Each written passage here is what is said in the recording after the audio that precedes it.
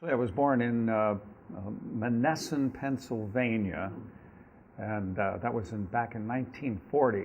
I don't remember it at all, though. From Pennsylvania, when I was about 6 years old, our family moved to Denver, Colorado, and my father was in the armed services, and he was transferred to Fitzsimmons Army Hospital, and then later on into Laurie Air Base. So I spent a good deal of my childhood. I actually spent in Denver until I was about 19, maybe 20 years old, and then made my way out to Los Angeles, California.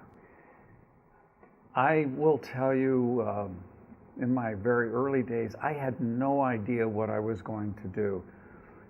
In fact, I thought when I grew up I was going to be like the guy down the street and put in chain link fencing because he was making $2.40 an hour, and that sounded like a lot of money back then.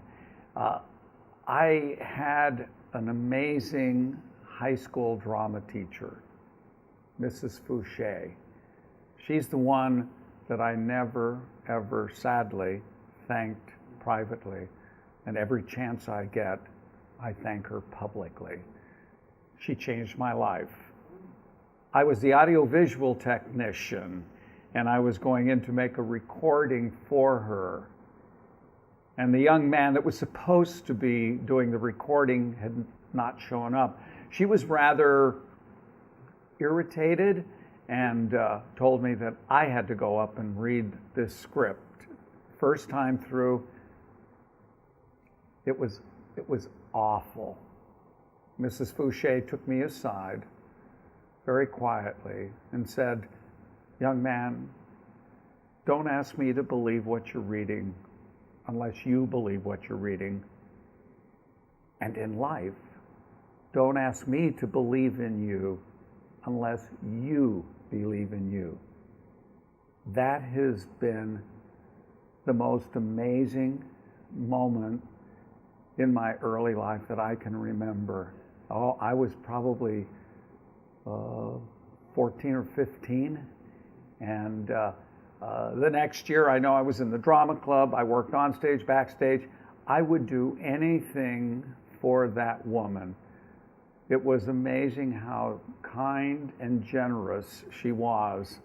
The fact is that I think I always aspired to be half as good a teacher as she was. Oh, she was an older woman, and I describe her as a little round lady, short, with gray hair, all piled up high.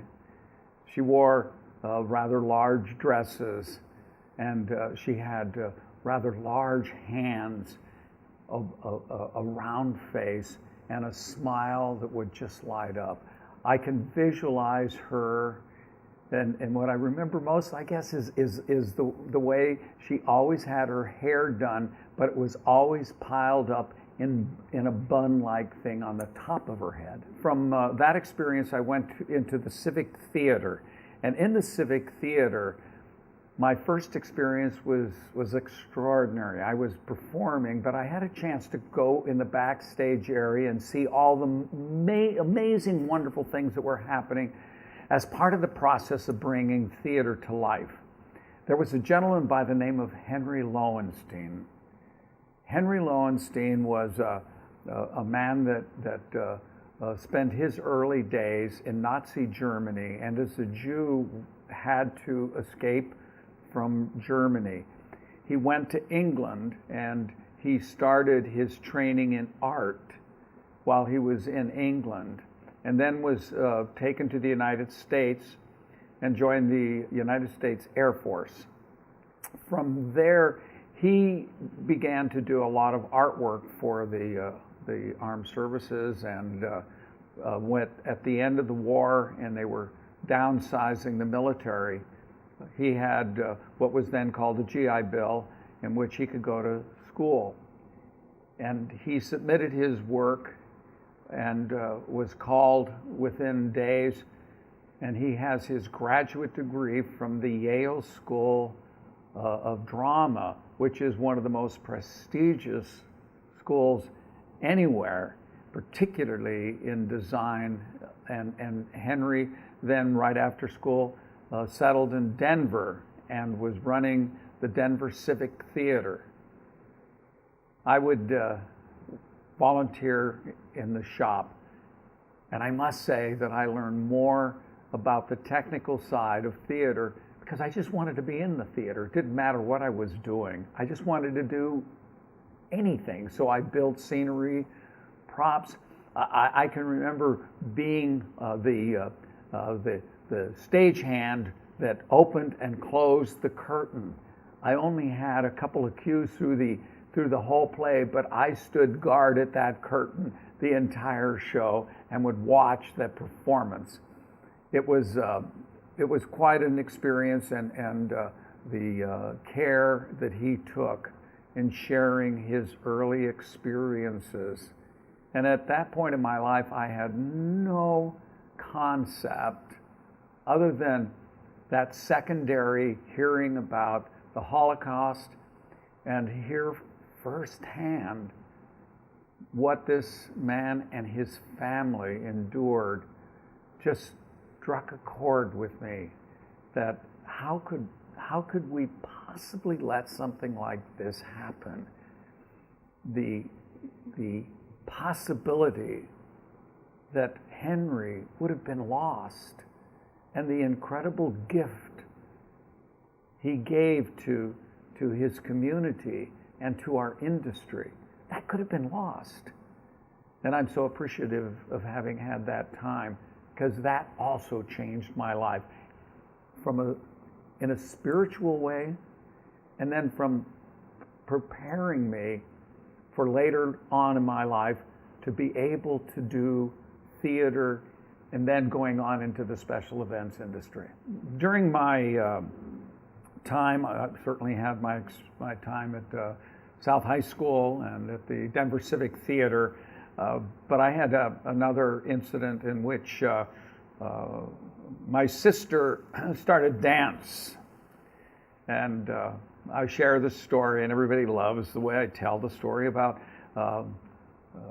when I was 14 years old, my sister tried to con me into taking dance lessons, and no way. And one afternoon she called and said that she had forgot her ballet shoes. Well, the fact was my sister made friends with the most beautiful girl in the whole world, Barbara Lodge. Isn't that name even beautiful? Well, Barbara Lodge and my sister were 16 years old and I was 14. So when my sister asked me to bring the shoes down to her dance studio, I thought about the prospects of possibly seeing Barbara Lodge in leotards and tights, which was more than a 14-year-old could resist. So I got on my bicycle and I rode down to the dance studio, practicing peripheral vision to go in and take a quick look and get out. Well, when I arrived at the dance studio and I said that I was Chris's brother and I was bringing the shoes, Betty Floyd, the dance teacher, goes, "You would be just perfect." And as I started to protest, she said, and everything kind of went into slow motion, "Perfect to dance with Barbara Lodge." So I immediately agreed. So I was going to dance with Barbara Lodge. Of course, she was mortified that she was dancing with her best friend's little brother.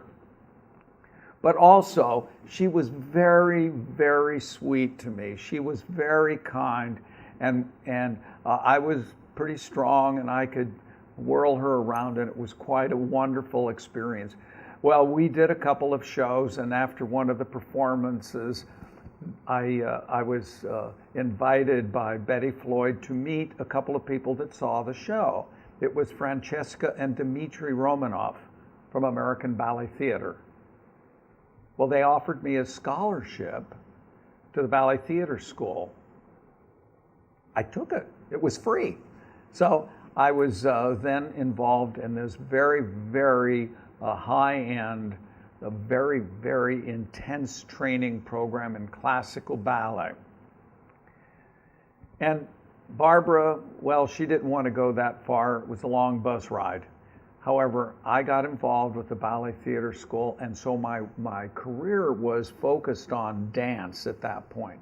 I got to do musicals, and that was a little bit of a sore point at the folks with the ballet, but I just loved musical theater.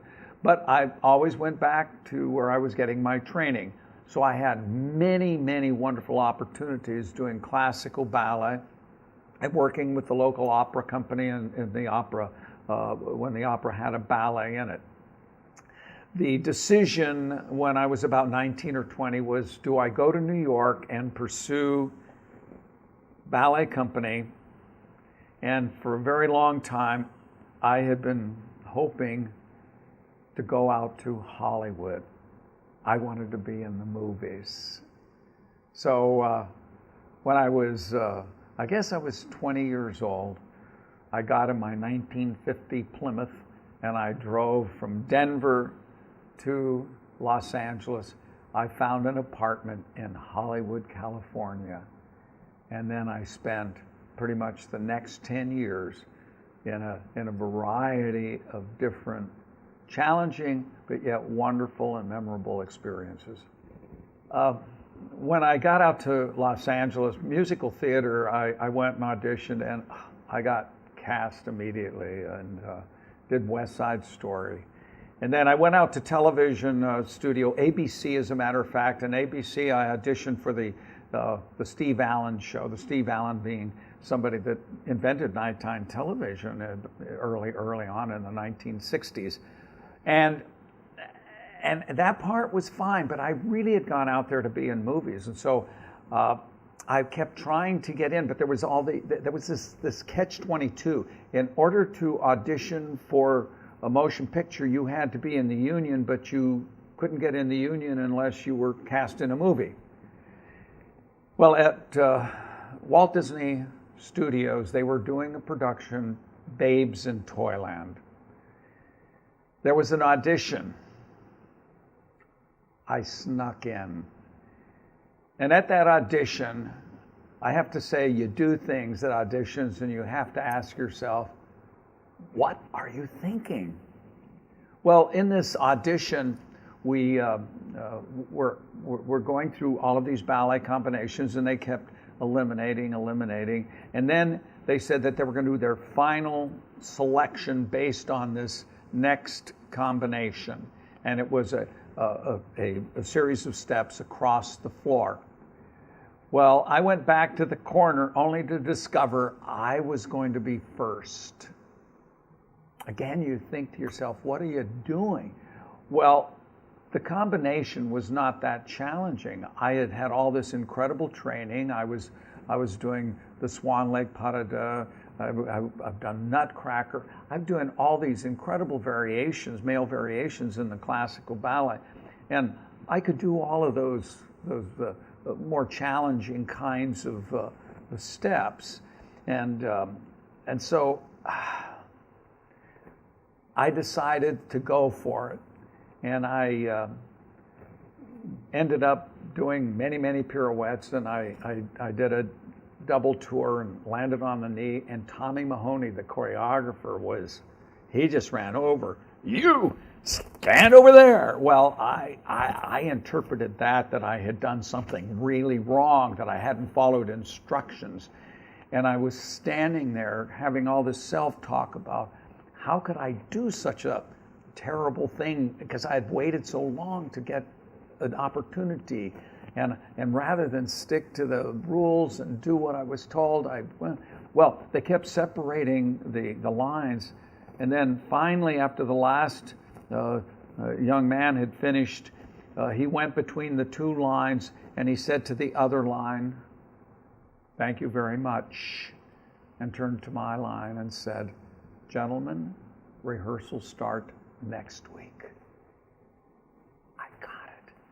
I got my first movie, Babes in Toyland, at the Walt Disney Studios.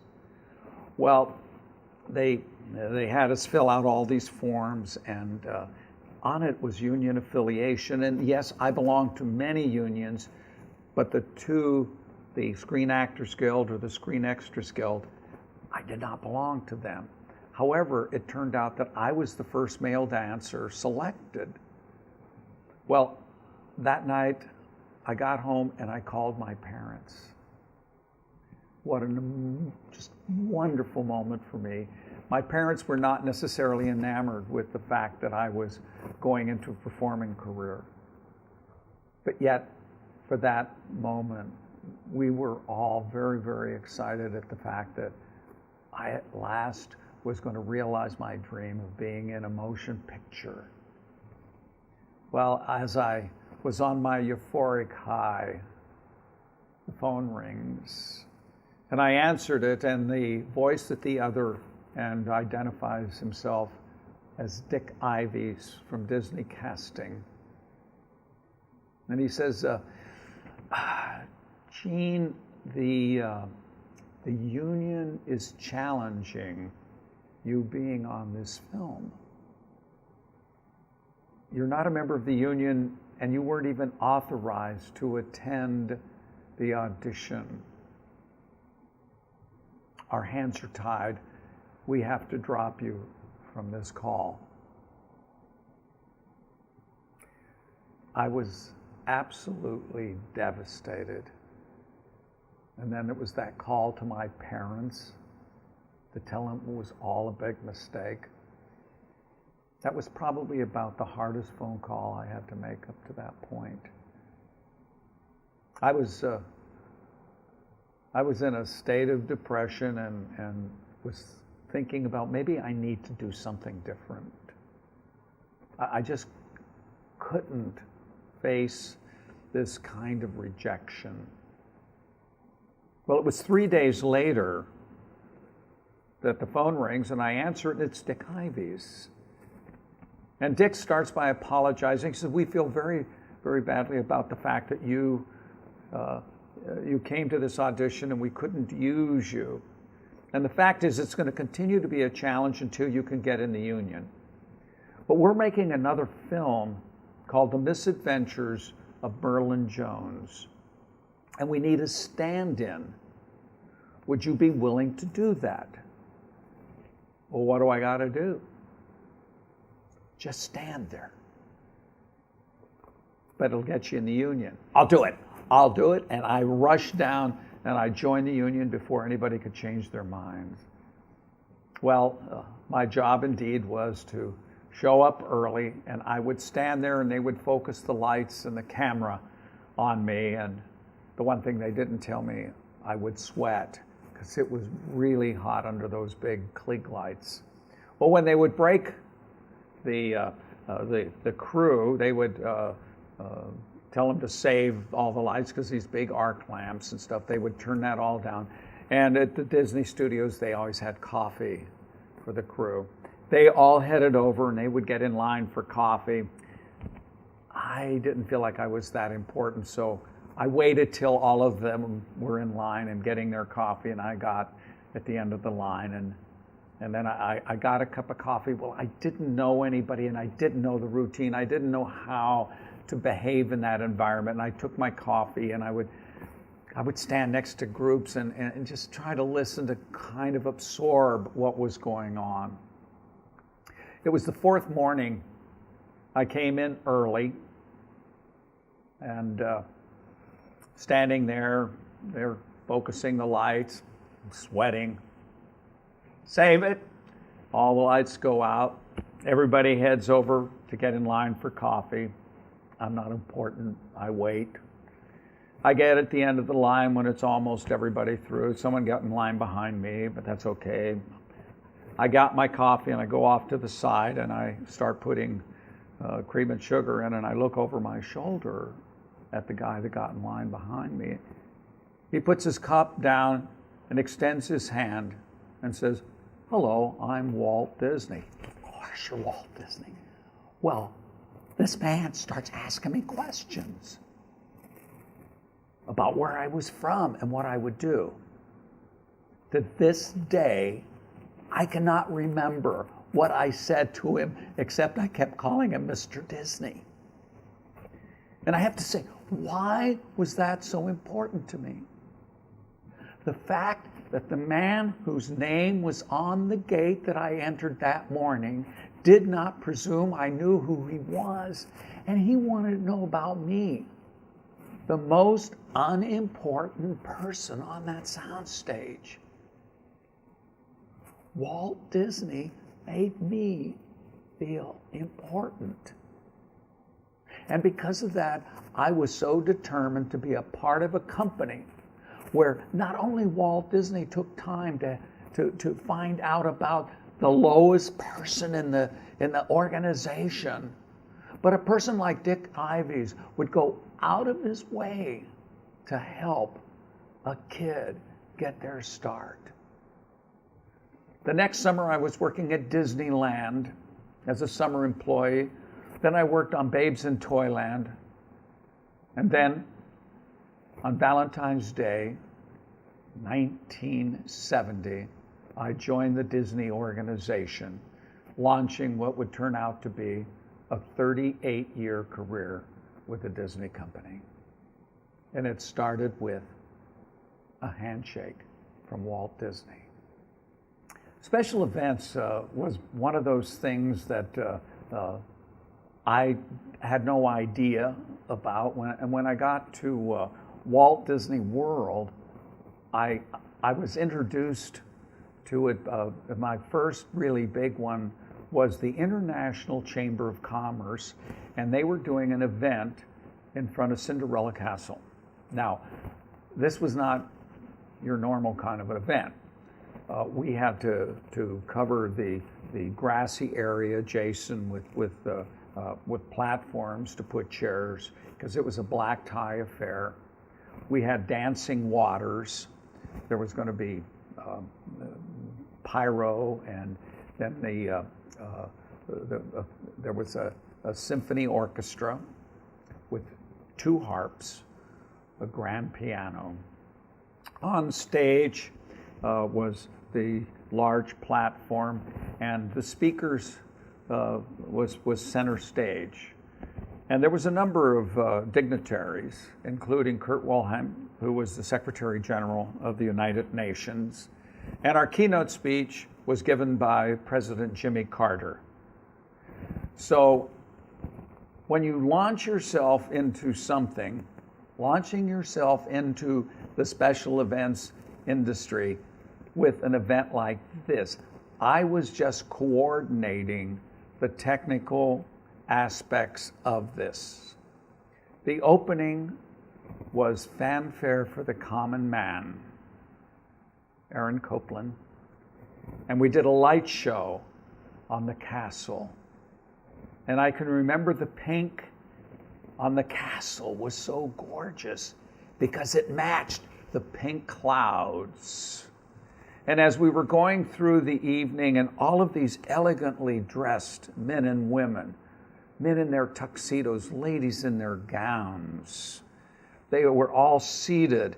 It was a beautiful, beautiful event.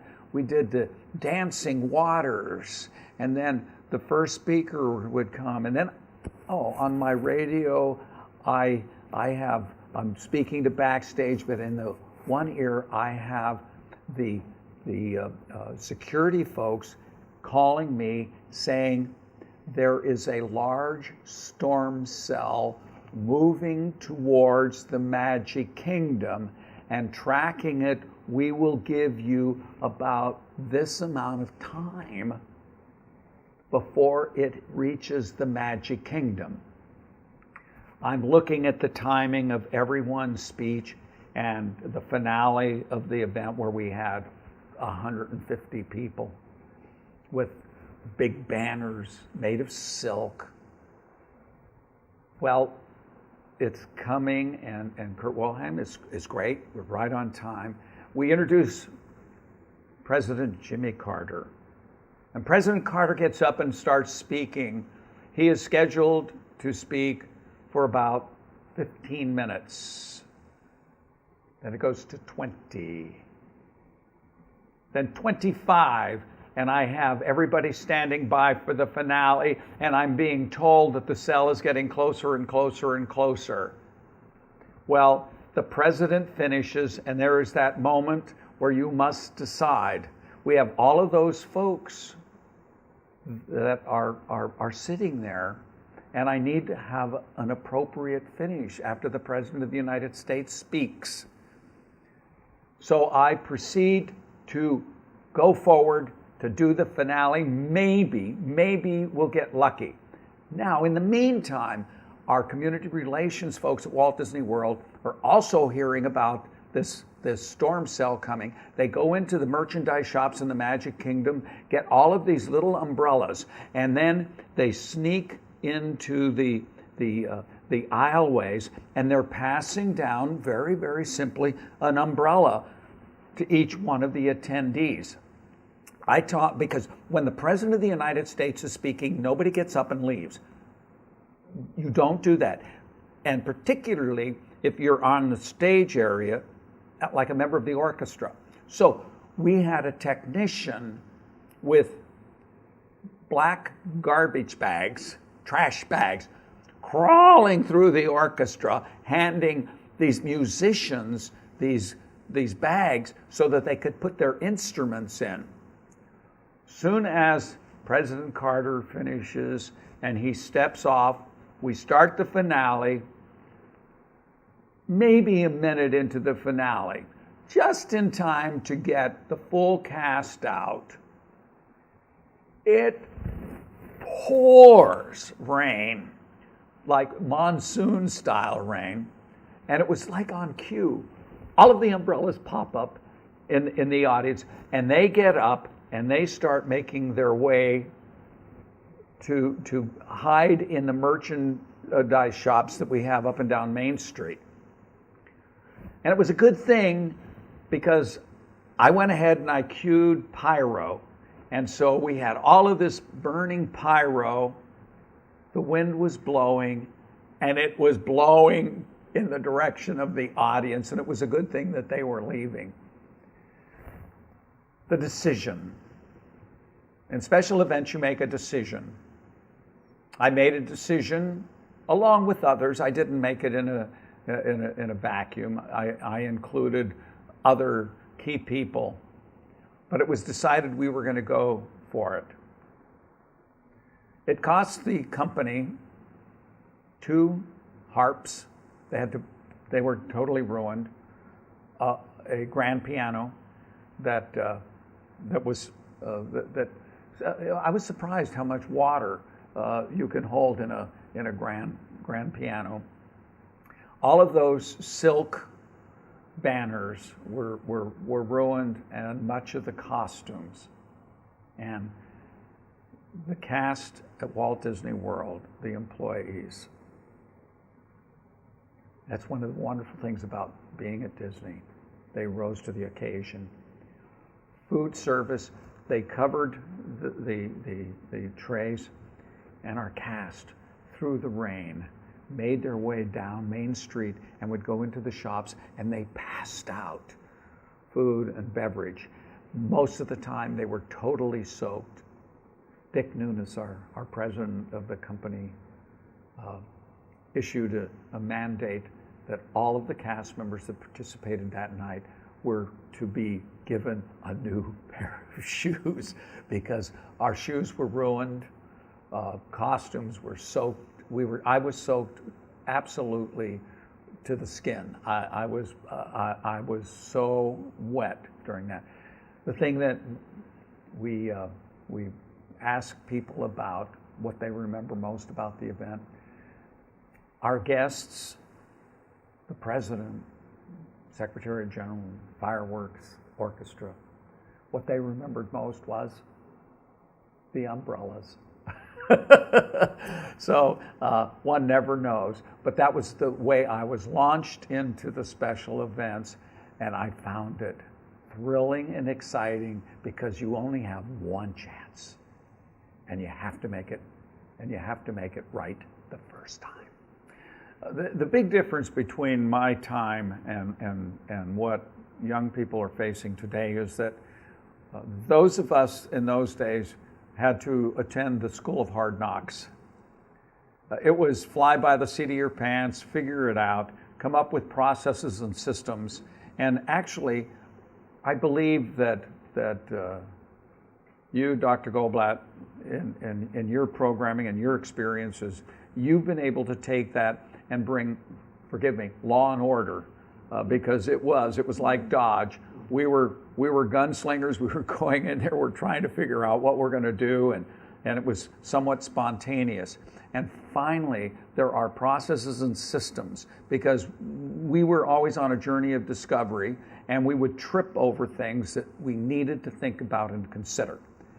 And so today, the young person that has aspirations for special events have so many opportunities to learn the process, systems, and equip themselves so that they are prepared, so they don't make all those mistakes that we often made in those early days of learning how. You've written many books, but it was based on all of those things that you experienced in those early days, and many of those experiences that you had, it was figuring it out and learning it, but there was no book to go to. There was no school to attend. So today, the students have many, many, many options. I think that when I'm asked that question, I'm saying, first of all, it's the reality is we'll never get a chance to ever go back and do it again, which is an indication that whatever we're doing, we better do it the best we possibly can this time. Do I have regrets? I can tell you there were a number of times where we made mistakes, but I can't dwell on the mistakes. What I have to do is learn from them. And that's what I would encourage young people to think about. If you make a mistake, learn from it. You're not allowed in the special events industry to make the same mistake twice or more. You have to learn from those mistakes. And will you make mistakes? Well, frankly, if you're not making mistakes, you're just not trying hard enough. You have to go for it. And if you're going with tenacity, passion, and commitment, along the way, you're liable to make mistakes. For myself, the regret part, I can't look back with any kind of regret. I was blessed to have an amazing career, so many opportunities, made so many friends, dealt with so many clients that became friends. And I guess it comes down to, I wouldn't want to change anything, because I wouldn't want to change any of the wonderful relationships that were established over the last 5 decades of career. I think the number one responsibility of a leader is, well, we have to define leader. If you think you're a leader, look behind you. If no one's following, you have an issue. But when you are a leader, your responsibility is to ensure that it is safe for others to follow, which means it takes courage. Courage comes in a lot of different packages, but the courage to stand up and defend your people when things are not going as we might want them to be. Being responsible, being accountable for your own actions, and also it means holding others accountable for their actions, because we all report to someone. As the leader, I may be reporting and have responsibility to that client. Well, that client more than likely works in a company that they are responsible for. So we all report to someone. And as the leader, I need to make sure we have a clear vision of what it is we're going for and how we're going to get there. And I'm not going to listen to my voice only. I must collaborate with others that might have a better way. That's one of the things at Disney. Make sure your voice is not the only one that you're hearing. You need to look all around at your team. I did an event 5 years ago. As a matter of fact, they're coming up for our 5th anniversary. And the basic theme, as we were brainstorming, came from an intern. We were sitting around, and all of the top people were talking, but this intern attended the meeting. And this young woman just quietly said, I know it's not my place, but what if? And I turned and said, that is it. That's it. It was right in front of us, and we didn't see it. So take time to listen. Leaders need to listen. Out of nowhere, softly off in the distance, may come the best idea. Being a volunteer, I mean, they kid me about the fact that I've been involved with so many organizations. And I think back just over 30 years ago, I got a call from the folks from the Edgewood Children's Ranch. And they said, we'd like to borrow a microphone. And well, okay, I'm happy to get you a microphone, but what are you going to use it for? Well, we're going to do a fundraiser, and we need a microphone to plug into the wall. They're going to plug into the wall. Help me understand. So they thought that because there were speakers in the ceiling, that they could plug into the wall and they would be all set. Well, I said, well, let's get together and let's kind of look at your schedule. Well, they decided that it was going to be a free-flowing evening, and we're going to have these people, and if they want to speak, they can speak. There was no agenda. Well, it was kind of like driving by an accident. You just don't ignore it. You've got to stop and help. Well, I organized not only audio for them so that we could hear what these people were saying. I got some lighting so that it would look nice. I got some decorations. It was to look like a ranch, so I got some cut rail fence and some hay bales. And then I asked them, I said, so you promote this place, do you have a slideshow? Back in the days, because that's what they were. They were 35 millimeter slides. And they said, oh, yes, yes, yes. I said, great. All right, we'll show your slideshow because we have to tell. Because I'm doing this with 4 days notice. So I said, well, let me get that slideshow. I go out to the ranch, and they give me a shoebox with these loose slides. And I'm having one of those moments where I go, what am I going to do? But I remembered.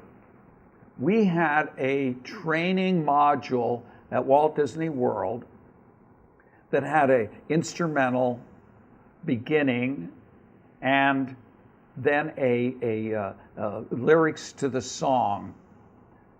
So I thought, it's all pre-programmed. Then I find that the slides are vertical and horizontal, but if I use both formats, I will end up with enough slides. I get the gentleman, Rich Taylor, who ends up being the vice president of entertainment. I had hired him as a stage manager in the Magic Kingdom. Happened to have a cold, so he sounded like he was on the verge of tears. And as we walked through the tunnel systems of the Magic Kingdom going to our little recording studio, I am writing this little voiceover, and I'm trying to find ways to describe this place with not a lot of information. I get down there, One Take Taylor does it, and the theme of it was one of the best kept secrets in Orlando is the Edgewood Children's Ranch, and for some of those children, their stories need to be kept a secret.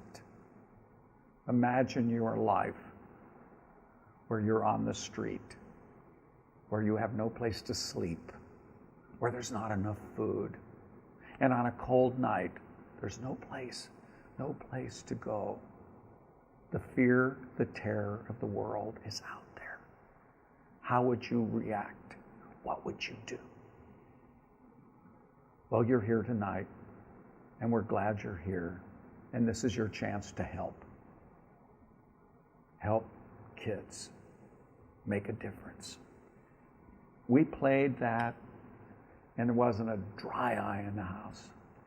Well, that first time I did it, it was a crazy event. I wrote the agenda and I ended up stage managing it.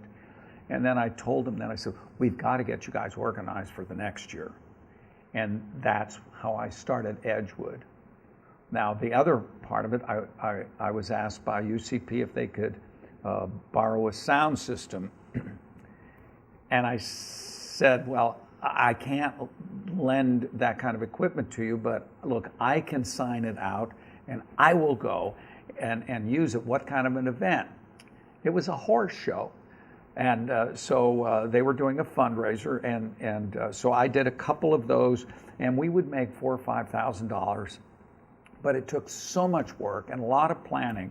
So I told them, we need to do a gala type of event, because I had already been producing events at Walt Disney World, and we'd do fundraisers as part of Disney's efforts.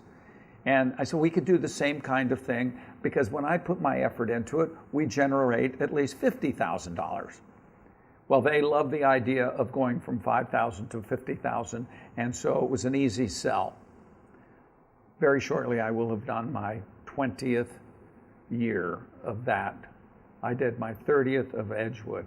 So combined between the two, you can say I've had 50 years of doing events, but I'm going to say, honestly, I've gotten more out of it than I've given. The fact that I've seen parents with a child with disabilities, seeing that the community cares, and they're trying to raise money to help make the life better and enriched. I talked to one father, and he asked if I had any children. I said I had a son, and I kept talking about, and I'm looking forward to him getting into grade school. Before you know it, he'll be going off to college. Maybe I'm jumping ahead, and this father, and it just broke my heart. He said, I'm just waiting for the first day my son can take his first step. He's 6 years old. I go, golly, how blessed we are, and how inappropriate for us to ignore those that have needs. We've been blessed. We should not walk by and not try to help those that need help. I think the industry is going to be on the forefront of communications. I think they're going to take on a greater role in providing clear and broader information. Special events can bring people together. People come together to learn, to celebrate, to mourn, to pray, to have meals. And I think that what will happen in the special events, it's going to continue to broaden for all of those family type of activities. I think there's going to be much more opportunities for specialized in whatever kind of custom-made event you have, including, well, let's talk about politics and those political kinds of activities, or those educational opportunities. And they're there now, but they're very dry. If you're going to go to a conference where the universities are having a table and the students go from place to place to place, and they are seeking opportunities, well, I think it's going to become so competitive that those universities are going to want to be doing events. They're going to want to be saying, This is why you should seriously consider our institution as a place for you to get your training and education. So I see that as a special event. So I think we're going to see that more and more. I shared with one young man, because at my age, I sadly go to far too many funerals. And at a time when people are going through they're mourning, and yet they're being asked to make decisions. But why not have professionals that can assist us at those times to celebrate the life that is now gone, and assist us in that? Well, again, there are, to some extent, but there is so much room for growth and so much need to help. Because I went through, and I have to say, I reached out to see if there's others that could help, because I was focused on my family. In those non-situation, a good friend his wife died, and we did an event. We did a special event. And I personally had experienced what it's like to be able to give guidance and assistance to the family in what is appropriate and what would be a great way to honor the mother, the sister, the daughter, the wife. And it was quite amazing to have the comfort to know that someone was going to do that and look after people. So 25 years from now, I would say that's going to be, that and many other things are going to be part of the special events industry. We are, when you think back, not that many years ago, there wasn't even these kinds of programs. And today we have the programs, so the world is our oyster. Gene Columbus in the special events industry had a goal of being a helper, and he was.